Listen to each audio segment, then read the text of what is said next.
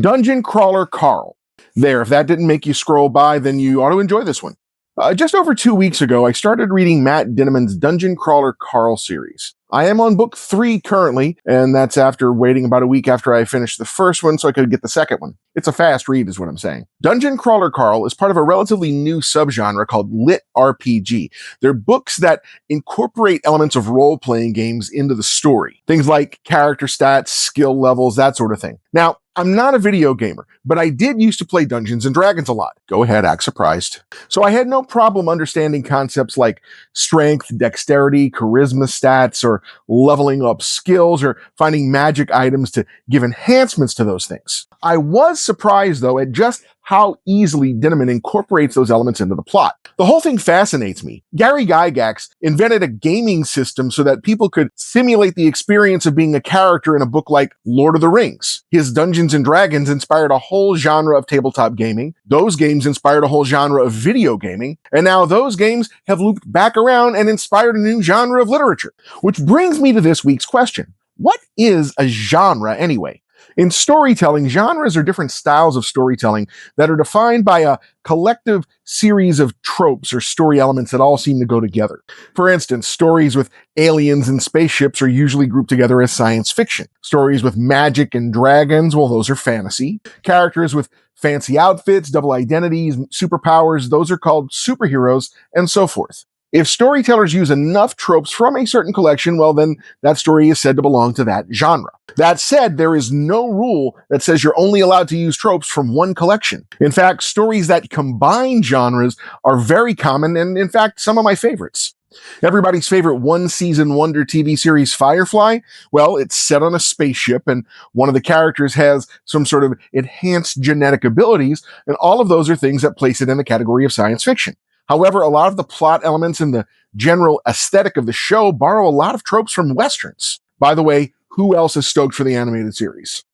One of my favorite movie series, Scream, is about a slasher, and a slasher belongs to the horror genre. However, every single one of those movies is also a whodunit mystery, and the script for the first movie was so funny that the studio was confused. They didn't know whether they were supposed to market it as a horror movie or as a comedy. Because unlike the audience, typical studio executives aren't imaginative enough to realize that it can be both. Dungeon Crawler Carl is a lit RPG, but the basic world it takes place in uses mostly tropes from science fiction. However, there are spells and magic items like you would get from fantasy, and the whole thing is very, very funny, like a typical comedy. And superheroes, of course, are their own thing, but they can fit in seamlessly with pretty much any genre. Superheroes are the Nick Cannon of genres. They will merge with anybody. You want an espionage thriller? The Winter Soldier. Superhero horror? Brightburn. Fantasy? Doctor Strange or Wonder Woman. Superhero comedy? Blake MPT's Other People's Heroes. Science fiction? Man, take your pick. Superman and Green Lantern are about aliens. The Fantastic Four and Guardians of the Galaxy are in outer space. Iron Man's got a high-tech suit of armor run by an AI. The Legion of Superheroes is set in the 31st century. It's a whole smorgasbord. Even before the word superhero was invented, there were characters who inhabited other genres, but who had a lot of the tropes that we identify as being superheroes today. Adventure heroes like the Phantom. Science fiction heroes like Flash Gordon. Crime dramas on the radio gave us the Shadow or the Green Hornet. And Western characters like the Lone Ranger or Zorro. And because superhero teams are so common, you can even blend multiple genres in one superhero comic. Teen Titans is a great example. Marv Wolfman and George Perez's version of those characters borrowed a lot of elements from spy thrillers like James Bond. But then you've got the Teen Titans Go cartoon, which makes it very firmly a comedy. Nightwing is a hero straight out of a martial arts movie. Cyborg and Starfire are science fiction heroes. And the fantasy genre gives us characters like Donna Troy and Raven.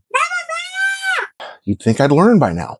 And while it's true that any story can be told in any medium, books, comic books, TV show, movies, it's also true that there are certain tropes that work better in some media than in others. Horror movies like to include jump scares, for example, but it's hard to make that work very well in a horror novel. And after the 1989 Batman movie, it was increasingly rare for any live-action superhero project to do a truly faithful adaptation of the costumes from the comic books or cartoons. People started to think that they looked too silly in live action. It's just another reason I love this guy.